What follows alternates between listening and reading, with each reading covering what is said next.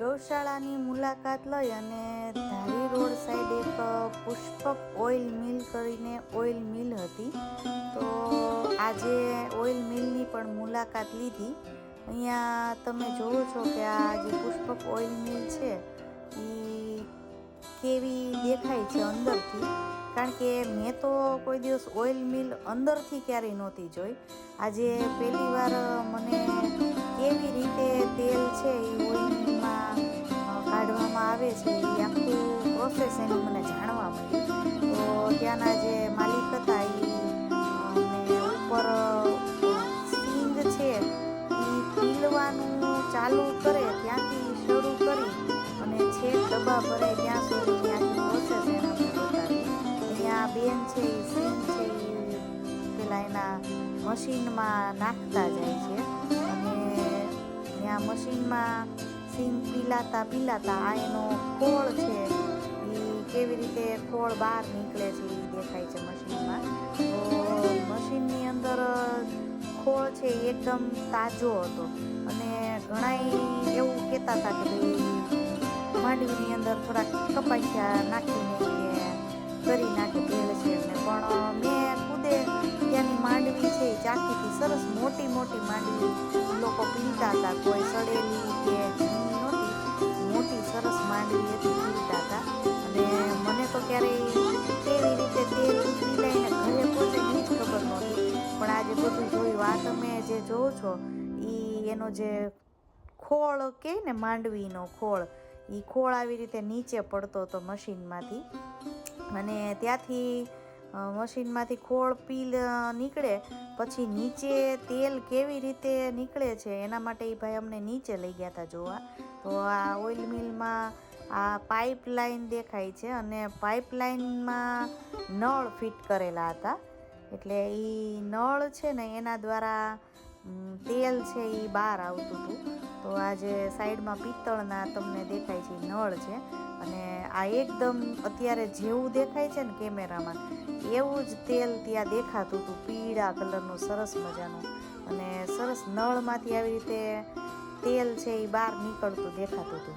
ત્યાંથી પછી આ સાઈડ થોડુંક આગળ નીકળ્યા એટલે અહીંયા આ મશીનની અંદર જે તેલ પીલાઈ ગયા પછી થોડું ઘણું તેલવાળું જે ખોળ હતું આ એમ કહેતા હતા કે આ સાની બનાવવામાં ને એમાં તલ હોય ને તો આવી રીતે આમાં સાનીમાં હાલે. પણ અહીંયા શીંગ હતી એટલે એને હજી પીલવાનું કામ ચાલુ હતું.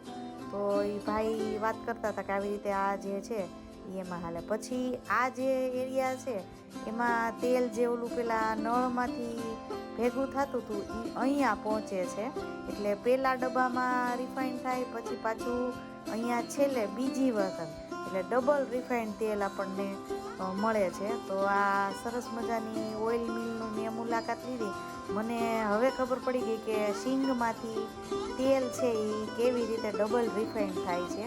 અને એની બાજુમાં એક ગોડાઉન હતું ને ત્યાં તાજો ખોળ, એમ ટૂંકમાં આ જે તમને ઢગલો દેખાય છે એ ખોળનો હતો. એટલે ઘણા એમ કે આ ખોળ છે એ આપણે પણ ખાઈ શકીએ.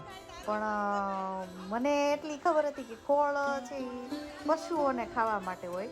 પણ એવું પણ જાણવા મળ્યું કે તાજો ખોળ હોય ને એ આપણે ખાઈ શકીએ, પણ આપણે કઈ ખાવો નથી.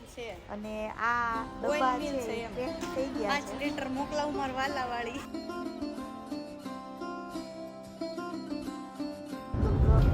તો આજે ચલાળા ગાયત્રી મંદિર છે એની ગૌશાળામાં જે નાનકડી ગાય લઈ આવ્યા છે 1 ફૂટની એની મુલાકાતે ગઈ હતી હું.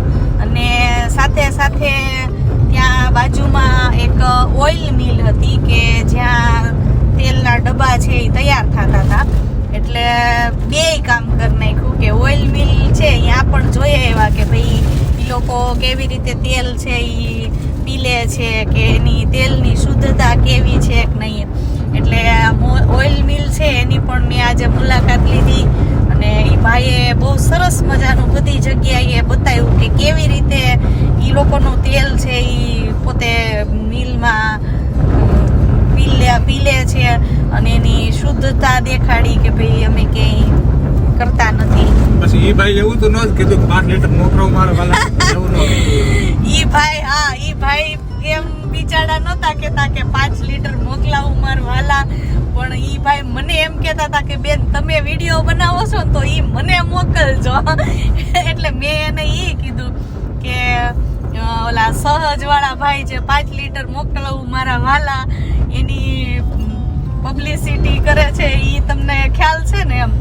એટલે ત્યાં ઈ ભાઈને ખબર હતી અને 5 લીટર તો એને નો આપ્યું. 5 લીટર હું 5 લીટર તો નો આપ્યું, પણ 500 ગ્રામ નો આપ્યું. ઉલટાનો હામો વિડીયો માંગ્યો કે તમે મને વિડીયો મોકલાવજો. એટલે એમ કઈ કોઈ 5 લીટર નો મોકલાવે મારા વાલા. ન્યાય એમ તો ડબ્બા ભર્યા હતા.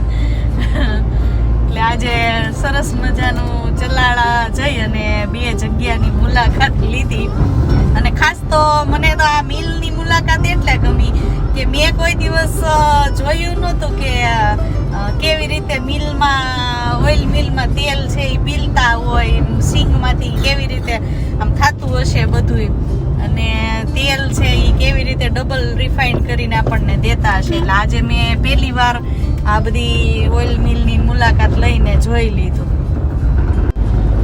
તો જેને આ જે ઓઇલ મિલ છે એમાંથી તેલ પીલાવવું હોય તો જઈ શકશો, કારણ કે મેં ખુદે મુલાકાત લઈને જોઈ લીધું કે લોકો લગભગ ભેળસેળ ક્યાંય કાંઈ કરતા નહોતા. અમે અચાનક જ એની મિલની મુલાકાત લઈ લીધી. છેલ્લે સુધી મેં તો જોયું હતું માંડવી પીલીને ત્યારથી છેલ્લે એણે મને તેલ ડબ્બામાં પીલાઈને આવતું હતું ને ત્યાં સુધી મને એણે બતાવ્યું, પણ ક્યાંય ભેળસેળ દેખાતી નહોતી મને. એટલે જે કોઈને પણ લેવું હોય તો ઓઇલ મિલનું નામ છે પુષ્પક ઓઇલ મિલ.